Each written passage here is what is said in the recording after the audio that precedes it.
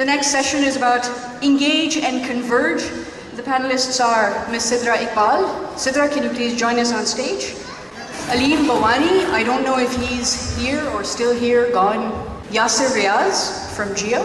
Sahar Kayani, who's the head of digital unit at Telenor. Jeremy Higgs. Can I please have Ashar Zaidi, who's the country manager of Intel Pakistan, on stage?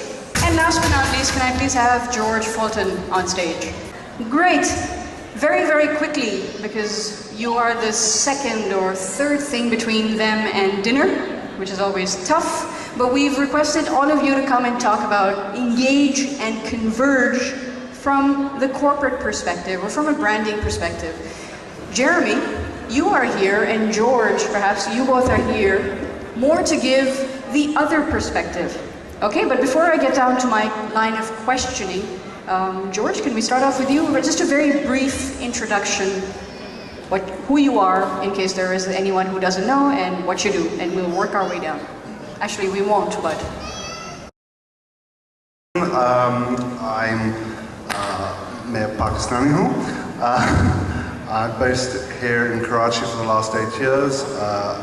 I'm a former journalist and television presenter, and I currently am writing a book on Pakistan. That's me. Okay.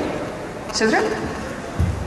Hi, I'm Sidra Iqbal, and I have a show on PTV, but that's mostly socio-political. Otherwise, I've just started off my own PR function. Previously, I was working at Ogilvy and Mehta, and now we'd like to actually emphasize on how the digital wave is changing the PR industry. So that's what we're doing currently. Assalamu alaikum. I am Yasir Riaz, and I'm Director of Brand and Strategy, GeoTV. Okay. I'm heading online strategy at Express News. If you've seen the tribune.com.pk web portal, our team is behind that. And previously I was involved with iPhone applications like Yahoo VNC, and prior to that I was with Microsoft, MSN, Business Intelligence. Sorry, you'll have to move a little closer. And prior to that I was with Microsoft in Business Intelligence. And then we have the tribune.com.pk portal. That's our new baby. All right. Jeremy? Hello, my name is Jeremy Higgs. I'm the Executive Officer for Now PDP, which works for organizations working on disability here in Pakistan. But I'm also involved in another group called the Pakistan Sustainability Network, which is about actually providing seed funding and actually creating entrepreneurs in the environment space. And I'm originally from Australia, and I've been here for about 2.5 years. Your accent didn't give it away at all. I've actually been told by Australian friends that I sound South African. Okay. Ashar? Assalamu alaikum ji, my name is Ashar Zaidi. I'm the country manager of Intel Pakistan Corporation. Okay, so we're talking about engage and converge. How do you engage with your audience? Sidra and George, and also Yasir, all three of you have a television background, or you're in that industry. How do you engage with your audience? How difficult has it been, because there's so much clutter out there right now? When we use the term engage, we need to be clear what we are talking about. I think it's one of those buzzwords which have been hijacked or misused a lot by, with all due respect, by the digital specialists. Engage is not something new. It's been happening since anyone wanted to communicate. You have to engage someone in order to get your point across. So it's not something new. So there are basically three sort of engagement as I would categorize. There is brand engagement, when a brand tries to tell the consumer or the prospect about something about the brand. There is media engagement, where the role of the media is to facilitate the message to get across. And then there is communication engagement, where the communication has to engage with the audience. So I think in order to engage at any level, you just need to be relevant, and you need to have something of value for the audience. Okay, so how much value can you give to the audience? And I mean, how do you gauge how much value you're actually giving? Can either of the two talk about I just that? want to interrupt one thing. He said that engagement's been around for a long time, and technologists hype up engagement. But technologists don't really help with engagement. Engagement has been taken to new levels. Right now we have a two-way dialogue with blogosphere. In fact, even on our news side, we have comments on every story. And prior to online content, you never had this two-way dialogue. Maybe you had letters to the editor and whatnot.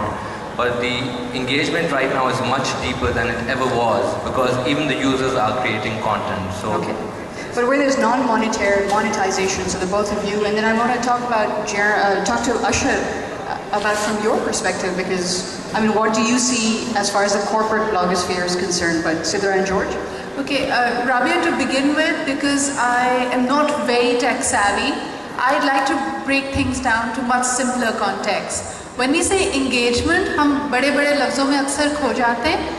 I think it's very simple. Even in the PR model, जब हम कहते हैं कि आप perception को या अपनी perspective को कैसे लोगों तक पहुंचाएंगे, it is actually a three-step process. Television for the longest of time was not very engaging initially. Yeah, the reason why it was losing its touch was because it had become one way.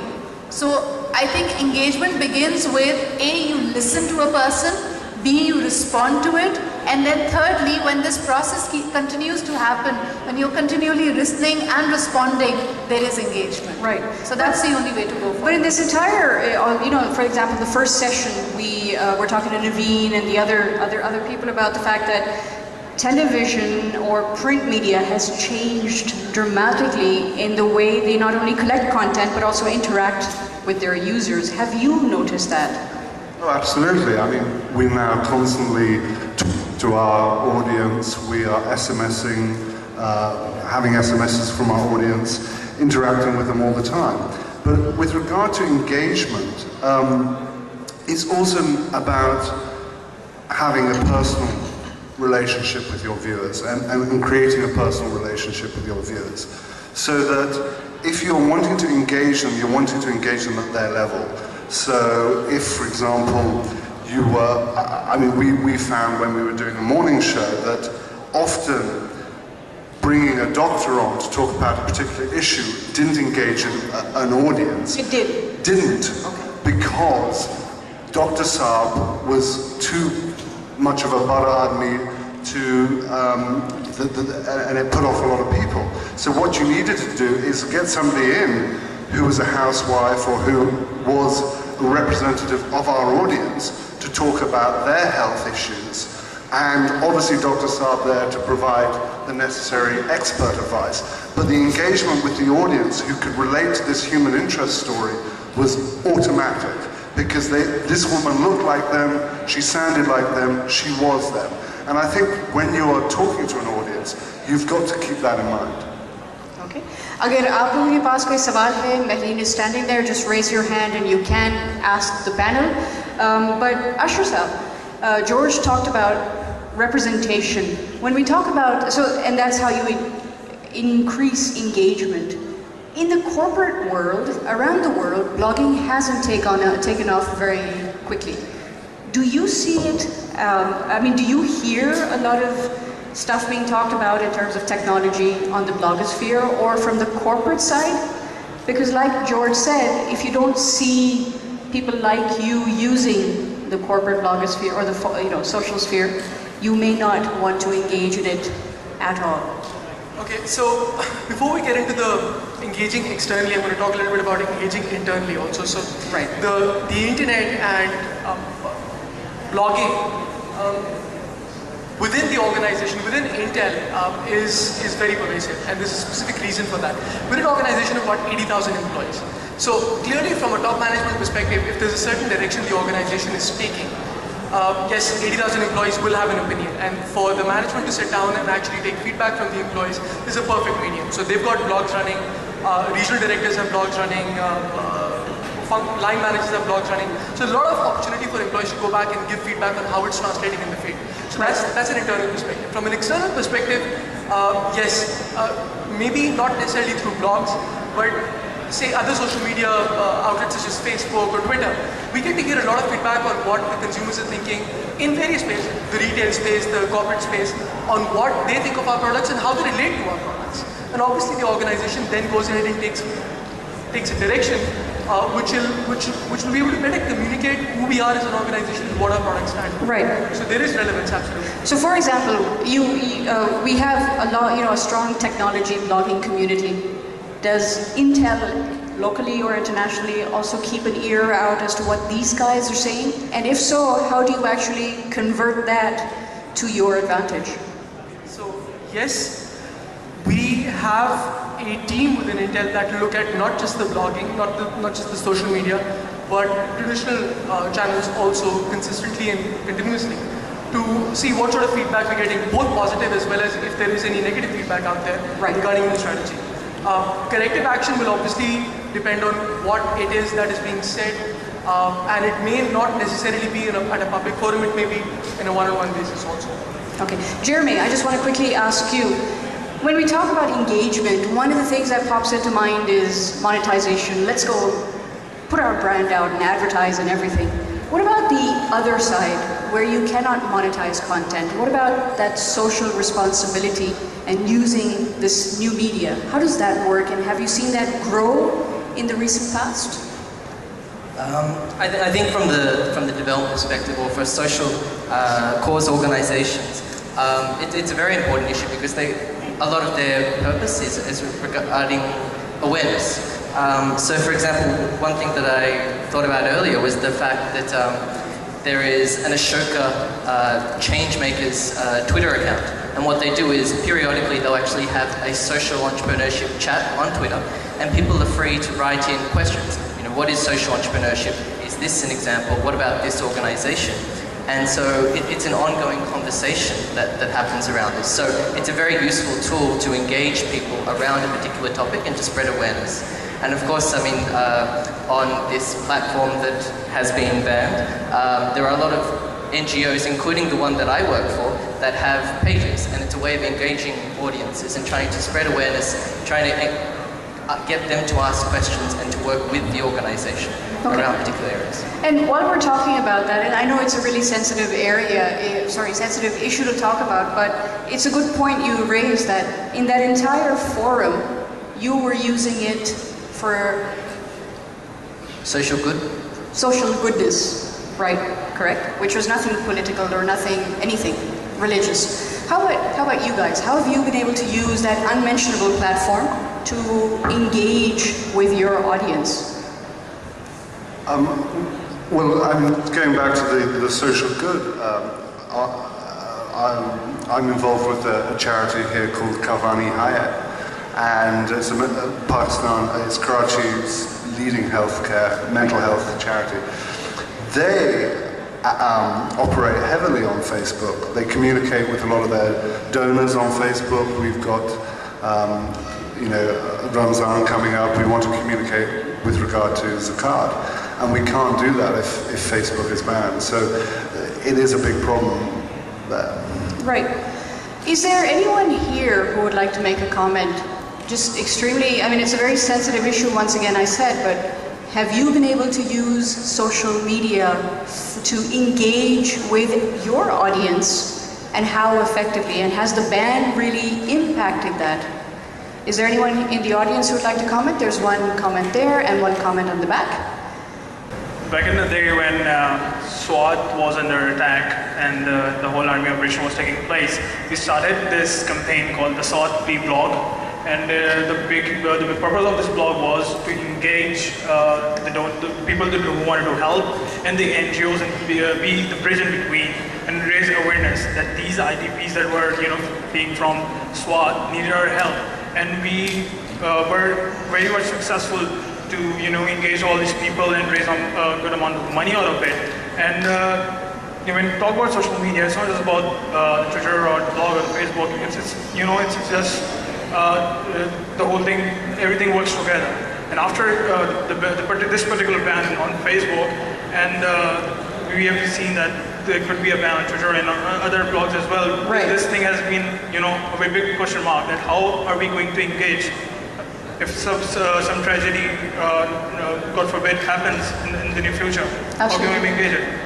I'm also very curious. I know, Yasu, you're very, very clued up about what's going on online, but what about Sidra, for example? You mentioned PTV, Coffee Corner, correct? Corporate coffee. Yeah. So PTV audience is huge, but how much of it is impacted with, let's say, a blockade? Well, actually, one of the things I was noticing, Rabia, when we talk about engagement, you always have to remember that that's a means to the end. Right. But unfortunately, when it comes to brands, when it comes to television software, when it comes to celebrities or public figures, they believe that when you engage people, perhaps that head count is the objective. For example, we were just mentioning the Nesmita example. Okay, there may be 30,000 fans of their book, but how is that reflecting or how is that affecting the overall objective of the marketing campaign? Are the sales going up? Is the perception about the brand going up? Just having a head count would not matter. Similarly, if I was to start initially, because of sheer laziness, we used to have a corporate coffee at ptv.com.pk. It would get lost in the whole bureaucratic system over there. I was never able to see the emails, and there were so many people complaining all the time that we wrote to you, we sent you feedback, but that was never incorporated in the program. So as a way around, I had but no choice but to create a group on Facebook. And yes, there was a lot of engagement and activity.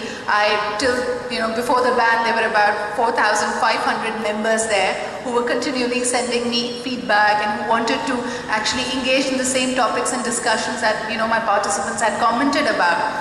But the point is, all this has to be steered towards your objective. Engagement itself is not an objective or a purpose. Okay, yeah, that's interesting. Yes, sir? I'll give you an example of how we have been engaging with the audience online and how we've used social media. We are the official partner channel on YouTube from Pakistan, GeoTV.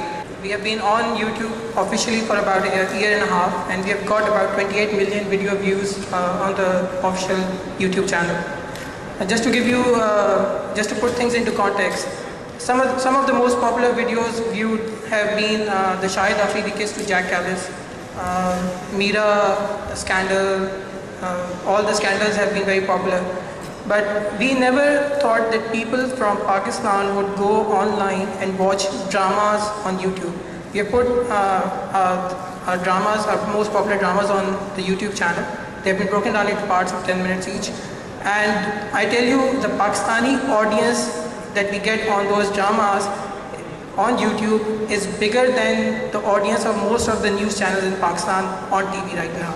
So you can imagine the number of people going online who are watching those dramas, they being more than the number of people watching news channels right now.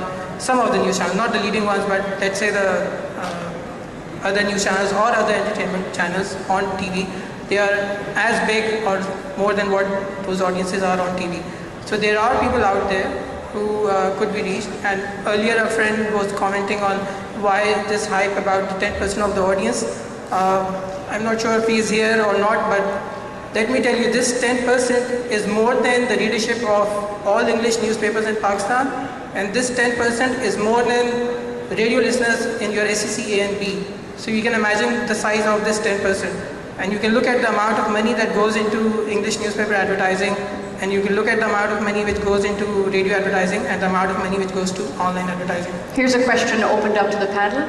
If everyone is creating noise, which is what we target, so whether it's a show, whether it's a blog, whether it's if it's an online presence for a publication or daily, whether it's an NGO, whether it's a corporation, we're all trying to create our niche. If everyone is so busy creating a niche, including everybody sitting here, who's listening? I just want to go back a bit about engagement, and then I'll get to this. Regarding engagement, one thing we've realized is with online, for our users, for us, we have a very deep engagement strategy. So what we are trying to achieve is, we say, okay, you know what, you come to the website, you log on, and you have a login credential. Now, whenever you leave a comment or you mark a story, you can come in to your dashboard and you can say, okay, you know what comments did I leave, or what stories did I read, or what stories did I pass around to my friends. And that's engagement, that you can manage your content, you can manage your activity and see what you did throughout the month. I think that sort of engagement is not happening right now, and we want to facilitate users to be able to do that stuff, and you can only do that online. The other thing is, like with the Facebook stuff, that whole saga that happened, we had about 40 stories, over 40 stories, and about 2,000 comments on those articles. That was an outlet for people. That again is engagement. one of the problems with engagement is monetization. We don't see any money, and like you mentioned earlier, that yeah, it happens, but what's the value to the user? We get a lot of feedback, but we are not able to respond to those mails. How do you go about doing that? And I think that's the big challenge. George? Interesting point there about lack of monetization, and I was just going to ask, how do you make money from your YouTube clips? But the point being is that what they found, for example, Rupert Murdoch, who owns The Times, The Sun, Fox, etc., probably the biggest media mogul in the world, all his newspapers as of June are going to put up a paywall. This might make good business sense, but in terms of editorial influence, he's going to lose out. And he's going to lose editorial influence in the blogosphere, because suddenly, with the paywall goes up, you're no longer going to be able to access content to his, to The Sun, to The Times, etc. And paywalls might work in terms of specialist newspapers such as the Wall Street Journal, the Financial Times, but when it comes to general news, you're suddenly shrinking your editorial influence. So you, for example, look at The Guardian. The Guardian is now the second most widely read English language online newspaper in the world, but it's only the 10th most popular print newspaper in the UK. But because it's invested heavily in its online edition, and because it's free and has invested heavily in its multimedia content, it is now one of the major destinations for people to get their English news. Should content be paid for? Should it be blocked behind money? Because if you can't make money, you can't function as an organization. Before I answer this question, I'll just comment on how do we make money and how do we monetize this content. I'm not sure if Badr would allow me to comment on what our actual deal is with YouTube, but YouTube does pay you for the advertising that comes on your videos. If you are an official partner channel, they'll pay you for all, they share a revenue with the advertising that comes because of your video, which is being viewed. And besides that, there are a lot of other options which have come up, and I think it's up to us, the content creators and the content aggregators and the distributors to develop new models. It can no longer be sustained just through advertising. One of the options given by YouTube right now is to have that we can sell content for YouTube. So if we want our content to be sponsored, that can be done. Although it's not being done right now in Pakistan, it's not allowed, but this is one of the options available. It just seems to be a lot easier. Sorry, Sidra, you want to ask, and then I want to link up to this and ask something to Jeremy, but Sidra, you go ahead and ask first. I think that's precisely the point we were trying to make. I mean, engagement has to have a purpose. When you say, how do those hits and the number count convert to money, it could be a very different objective that people are following. For example, in the PR world, if you are engaging media and if you're releasing your news, there's obviously a price to it. Even the third-party endorsement, the content integration that we talk about, everything has a price. Online, it happens at a much cheaper rate. So obviously when the organizations are choosing a medium, when they're going for social media, that's the cutoff that they're going for. But more importantly, which hum engagement ki baat kar rahe the, a lot of thought gets lost in the way we still believe ke, haan ji, agar aapne logo ko involve kar liya, that's the solo objective. I would like to again make this point that cannot be your objective. Right. It has to be something bigger than that. Okay, so objectives. Yasir runs this entire content generation machine at Geo, so it seems to be very easy for him to generate money. What's been your experience, Jeremy? Once again, because you don't have any content which is easily settable, it's not sizzling, it's not anything. After you, I want to talk to Ashar about what would you consider before going towards, does social media really influence anything that you see going on, being generated from Pakistan? So the question is around monetization or... Monetization. From a social perspective.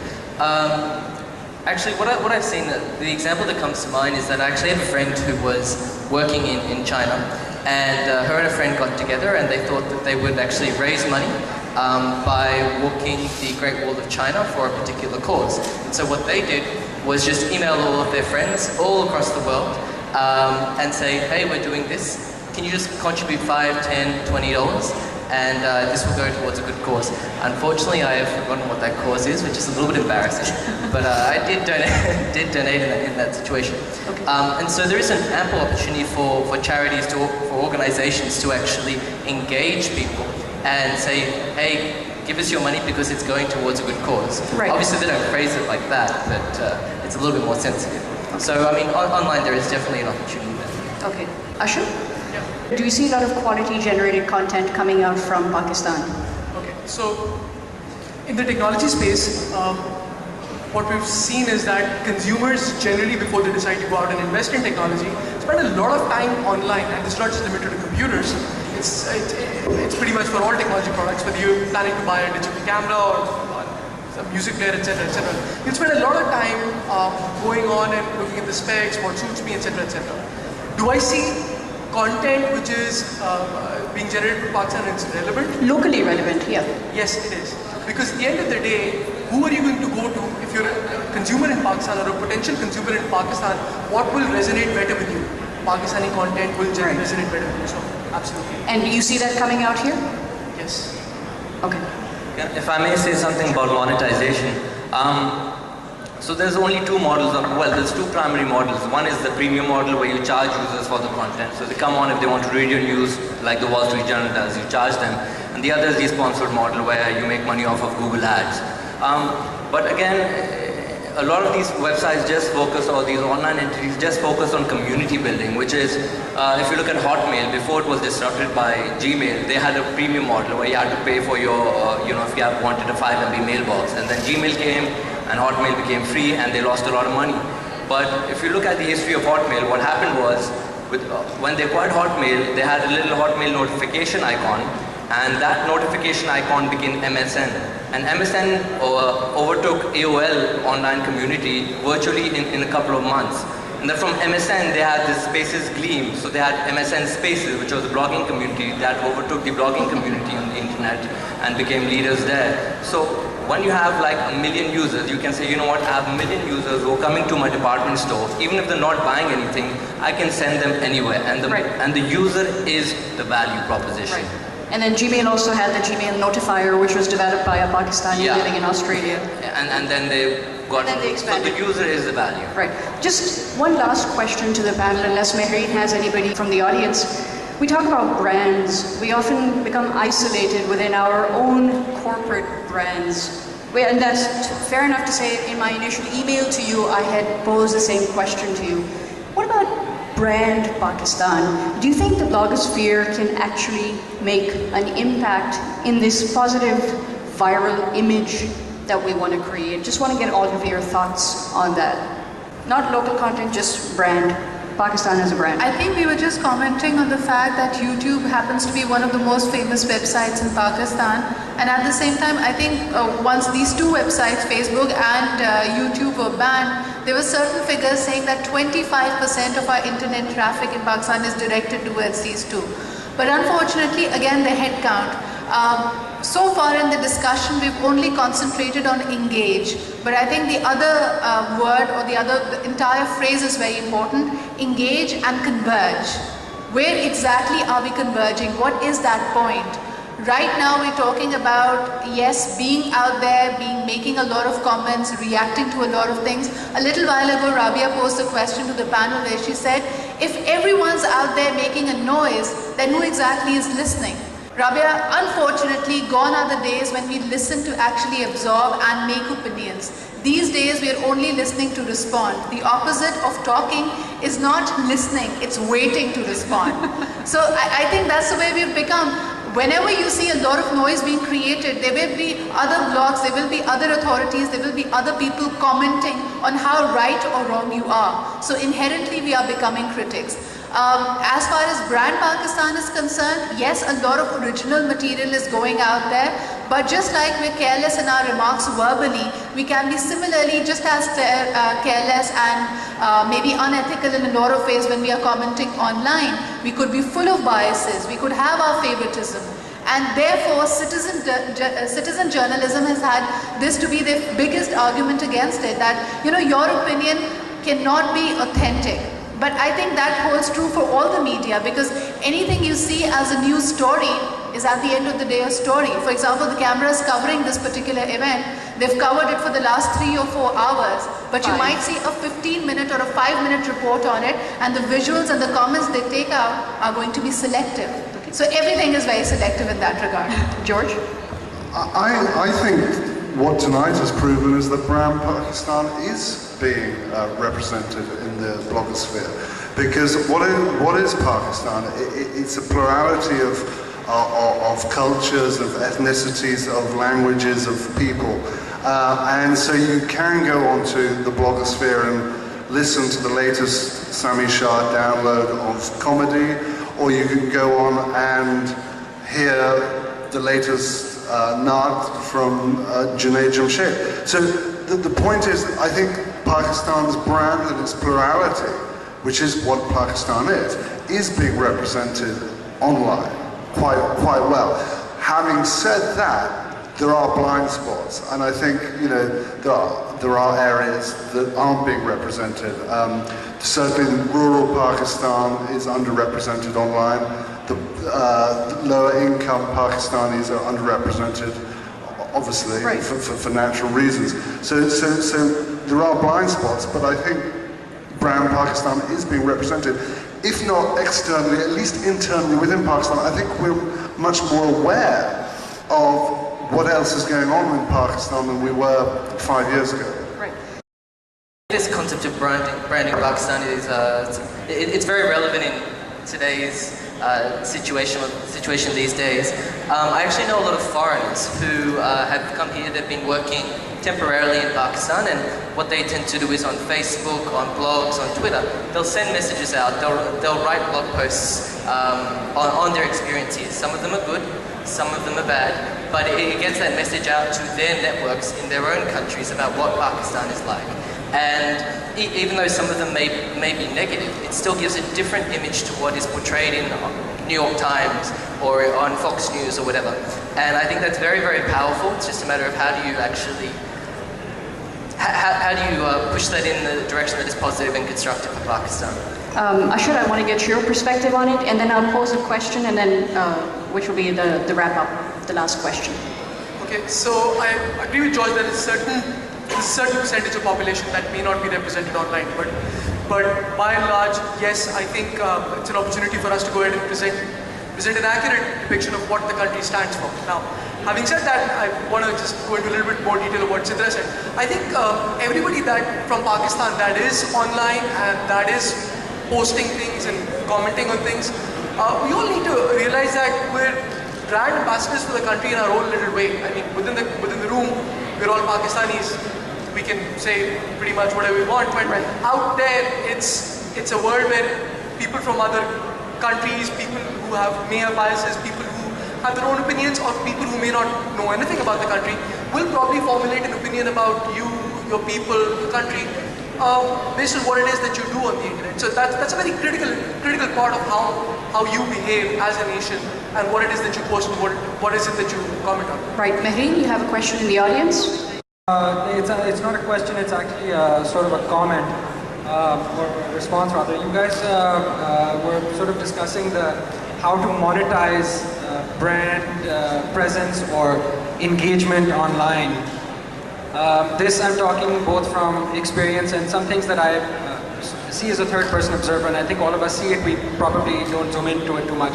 Take an example like Apple, although it's a very generic example, but it's a Western brand, well and good, but the loyalty and the following is actually very universal, very global. Their concept of branding, or love marks as they call it, is actually more of an emotional attachment than anything else. See, the intrinsic commercial value that we associate with a brand doesn't necessarily have to come immediately. That monetization can be over time, like a long-term investment. So the kind of convergence that you're talking about and the kind of monetization that we're looking for isn't going to come in a few months or a few weeks. It's going to come in a few years, maybe in decades. But that will then last that much longer. So I think the investment angle is what we probably should be focusing on. Investment?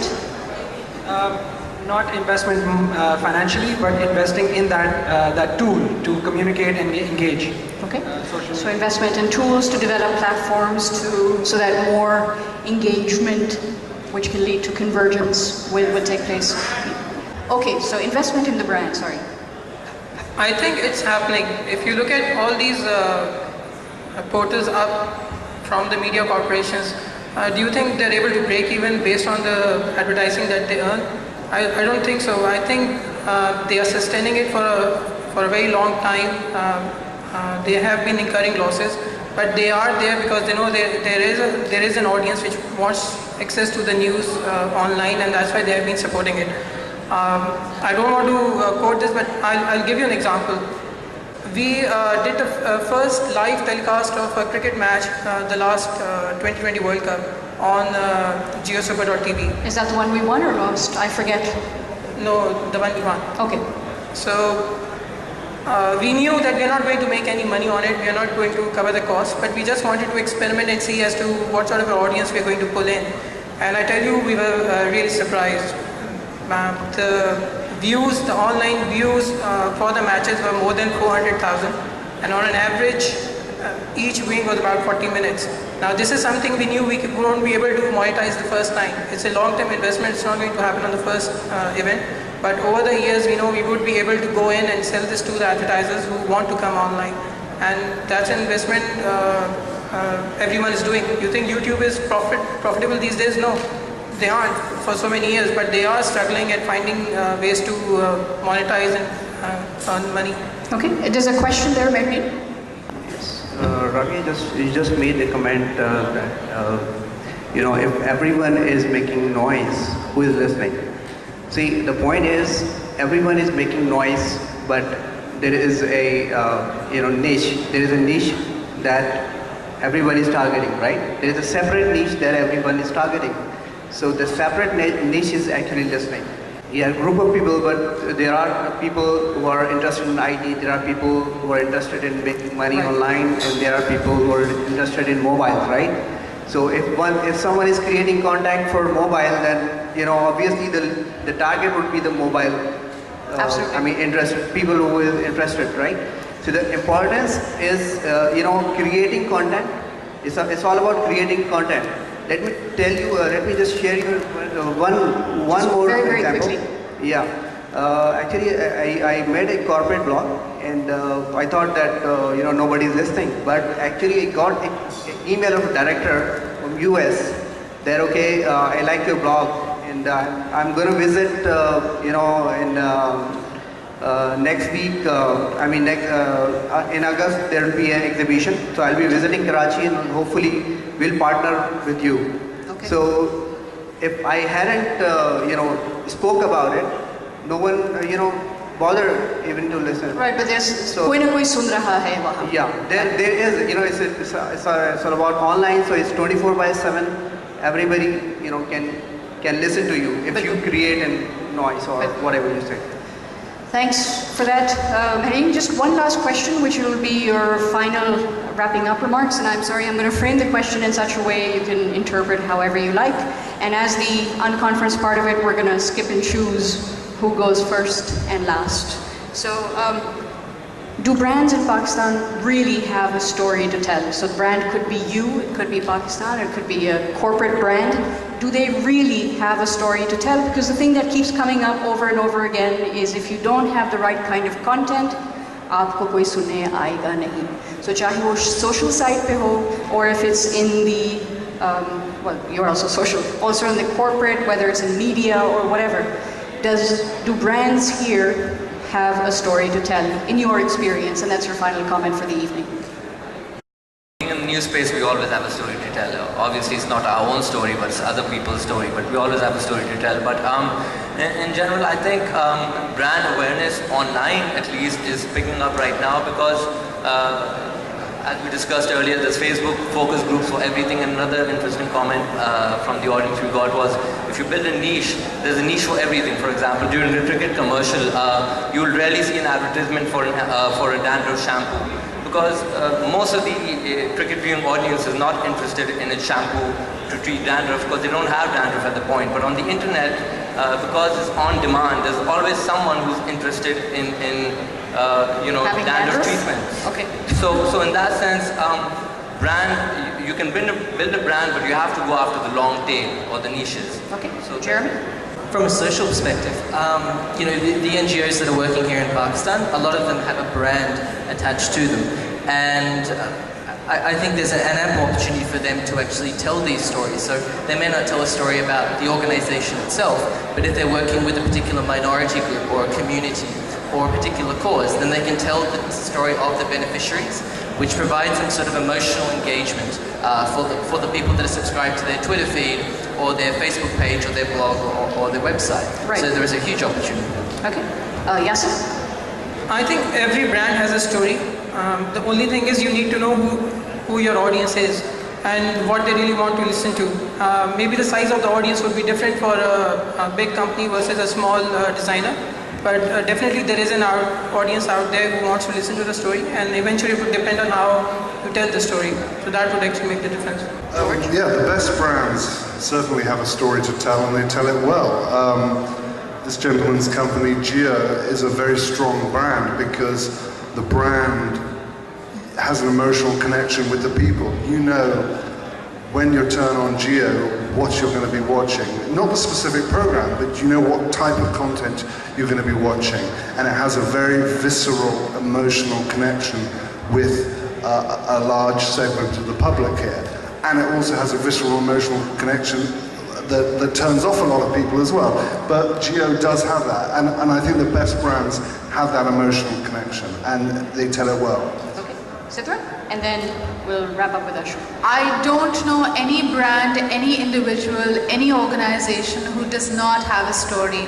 It's just like saying does a storybook or a movie or a poetry doesn't have a story. Everyone, each one of us has a tale to tell. But it's all about how we say it and how we deliver it. And just like any movie would connect with you on a very different level, some may be emotional, some may be humorous, some may be thrilling. Just the same way it could happen to brands, it can happen to individuals. Unfortunately, when we talk about brand Pakistan, we have more of negative stuff being out there. For example, with all respects to Badr being here, if I search for a Pakistani child on Google Images, I usually get very sad children. Somehow they're never smiling. So I think we need to change it and manage it, but we certainly do have a story. And Ashra. So from the technology perspective, and I'll speak with regards to the local technology industry, most organizations that we work with absolutely have a story. They have a history, they've been in business for a number of years. But are they effectively today communicating that story? Are they using social media? Maybe not. And you know, while it may present itself as a problem, it certainly presents itself as an opportunity also, because this clearly, for people who want to get into this and effectively use social media to communicate their story within the technology space, it's a market that's there. Okay, great. Thank you very much, ladies and gentlemen. This is your last and final panel for this evening. Please give them a big round of applause.